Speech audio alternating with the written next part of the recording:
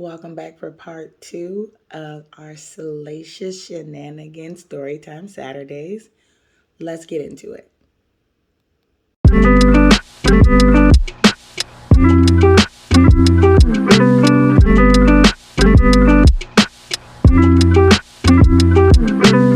So this is just like a normal, I'm just going to check on my friend thing, right? So our other friend, S, I said she's not mentioned in this story because I forgot the reason, but she didn't come with us. I think she was just busy that night because it was a weeknight. I think she was just busy that night. And so she is not in this story. So me, K, and H, we all start, we pack up and we're ready to leave her apartment. And so I will post pictures later on in the story. And so we're like, the apartment building was pretty large. So I would say it was at least like over 8 floors, but I don't think it was like, I think her floor was like 14 or something like that. Like she was pretty high up, but it wasn't like a skyscraper or anything, but it was just like, large apartment building. So we head down, we take the elevator down and everything. We got outside and y'all, I kid you not, we did not even clear the parking lot. It was crazy. We did not clear the parking lot. All you heard was boom, real loud like this. And we're like, so our back is to the building. And we're like, what is this bang? Like it was so loud. We heard it down the parking lot. That's how loud it was. And so we're just like, what is that? Like, I think everybody had the same reaction. You hear car alarms going off. Suddenly people are like, oh my God, what is, you're just hearing like these Korean people that are like, what is happening? We're also like wondering like, what in the world? And we turn around and we see something. Like, we didn't see like fire or anything. So we were like, we thought maybe something had fallen, like maybe a construction thing, because it was that loud. We were like, did a crane fall over? Like, what is going on? And so of course people are calling the fire trucks and the police and everybody. And so through this, we're just kind of like, we see not smoke, but it's like you can tell where the problem is in the building. It's like window, then all of a sudden there's like nothing, right? So we're looking up and we're like, we see the lights and the flashlights from the police and the firefighters. Like, so we're like counting floors. We're like, because if something happens in your building, you like, shoot, let me see, make sure it's not my house. You know what I mean? And we're like counting and we're like, what floor do you live on? We're like trying to count up. And we're like, it might be like your floor. We're like, we need to figure out if it's your apartment or like what is the problem. So, we go inside and we're like, yo, we tell the cops, we're like, we think it might be like her floor. Like, so we're trying to check on her apartment, make sure like it's not her house, whatever.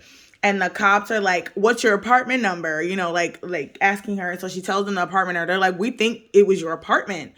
And she's like, what? We just left. Like, y'all, we had just left that house. Like, any later, any lollygagging, taking our time, we would have been caught up in this mess. Okay. And actually we would have been caught up because she was just like, I'll just lay down. And my suggestion was, let's go outside. So imagine if I had not have said that and we were just sitting there. You know what I mean? Like, it's one of those kind of situations where it's like any change in decision would have affected how this turned out. And so anyway, we go upstairs, and we get to her apartment.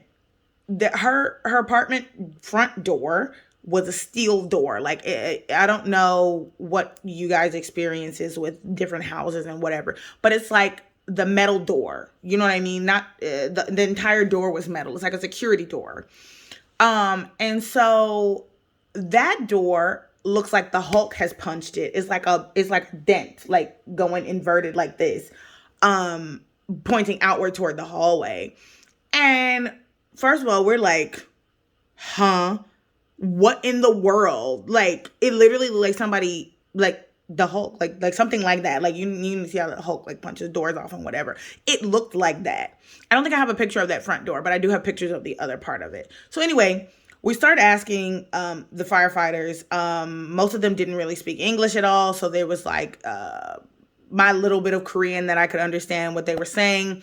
Another neighbor came out and helped to kind of explain what happened. We could see with our own eyes a little bit of what happened, but we were like, how did this happen? Like, we just left. So like nothing was on, you know what I mean? Like we didn't like leave a stove on or anything like that could have caused this. Y'all, the apartment blew up.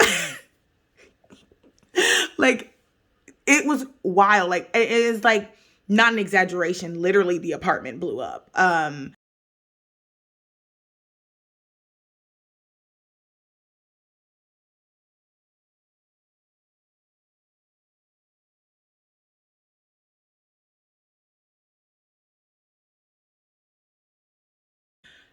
As soon as we left. So, we walk in, and the crazy thing was Kay had just got a cat. Like a little itty bitty kitten she had just adopted, right? And so she's like freaking out because there's water everywhere because the pipe has also like burst because of the explosion and blah blah blah. And we're like looking for the cat, and the firemen didn't want us to go in, but then they like had checked the house or whatever, and they were like, you don't have any kids, whatever. Okay, you can go in and like check on your stuff. And we're like looking for this cat, but the explosion was so loud the cat couldn't hear us calling it. Like, we don't know where the cat was when everything happened, but we found the cat under the couch, like in the corner and whatever. Thank goodness we like moved the couch out the way because the cat couldn't hear us. Like, we realized when we picked the cat up, we were like, animals respond, right, to their name or whatever. But the cat did not. It didn't respond at all, and we figured that the cat. The cat got its hearing back, but at that time when we were calling, she thought the cat might have been dead because she was like, it's not answering me, right? So anyway, we started looking around. There's water on everything. PlayStation's covered in water. Clothes, everything is like shambles, okay? Absolute shambles. So the origin of the explosion was like in Korea, a lot of times English teachers get these little small rooms, like studio apartments kind of thing, right? So hers was it wasn't a studio. I think hers was a 1-bedroom. So everything else is in the main part except for the bedroom and the bathroom, right? So everything else is in the main area. So the kitchen is also an open area, whatever, like kitchenette. So it's just like a hot plate kind of area. What else? I'm going from memory here. It's like a hot plate area, it's a sink, and like this. And so on the side over here, like by the wall, is just like a dining room table, like a small kind of 2 or 3 chair table. And that's where I was sitting when we came to visit her when she said she didn't feel well. I was sitting at this table, which is crazily where the fire started, where the explosion began from that wall. And you could see the impact there is where it went like boom, like this. And I was just thinking to myself, like, I was sitting there. So 5 minutes later, I don't know, like I would have definitely been, like, maybe I wouldn't have died, right? But I would have been seriously messed up, like burned, at least at the very minimum, burned, because that way that wall looked and the way that smoke, like that kind of explosion went out from the wall, I would have been messed up because I was sitting sideways like this because I was looking at my friend this way, and the burn would have come from this way. So like all of this would have been burned, like guaranteed, because of where I was sitting. And so on the table when we left, there was a candle, right? And most people do this, like if they're burning, like, and it was like one of those really big candles. It wasn't like a baby candle, like that could fall over or something like that. It wasn't like that. It was one of those huge, like big candles. And it was also brand new. So it was like really heavy. You know what I mean? And so there's the candle, right? And so then, there was also like, other things around your apartment and whatever. So anyway, fast forward, what we come to find out later is there's a gas leak in her house that was unaddressed, right? So in South Korea, what happens is the gas company will come around to your house. And with them coming around to your house, they have this little thing that they will attach to the gas line, because normally the gas line is exposed in these kitchens, in these like studios and whatever. And it will click like around the thing, and they can test if there's any leaks. Like that. They just make sure that you're safe. I don't know what happened.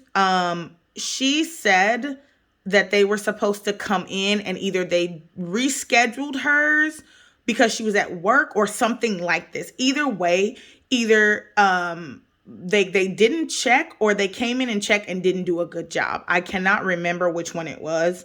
But either way, if they had have come to check, they would have known it was a gas leak, because that is the reason she had that reaction. She had carbon monoxide poisoning, or the beginning of carbon monoxide poisoning. And you could see it physically on her, because once we got outside and we were like outside of the apartment for a little while, the welts started to go down.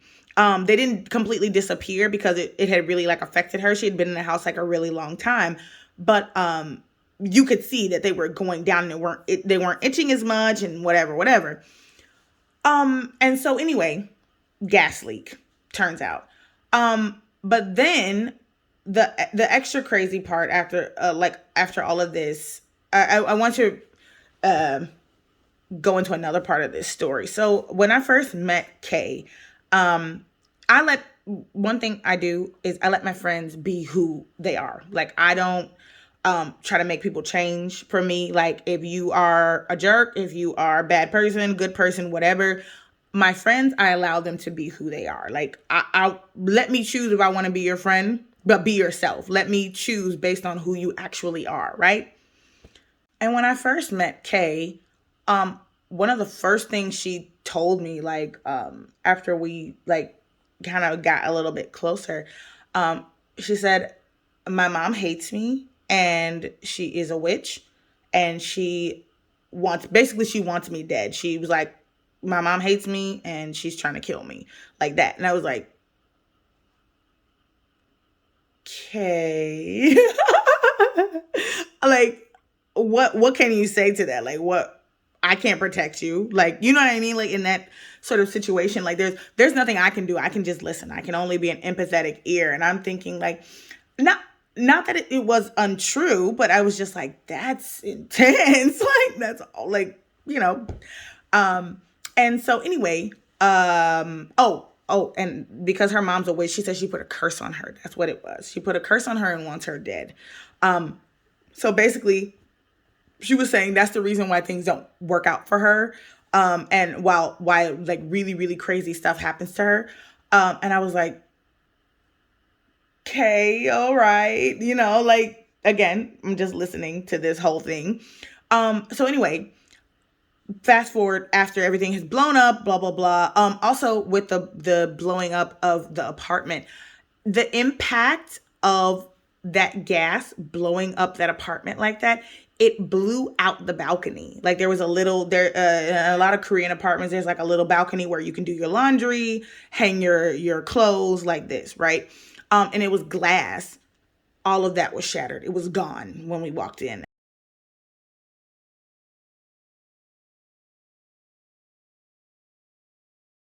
Hey, y'all, don't forget to check out part 3. I'll be posting it right after this.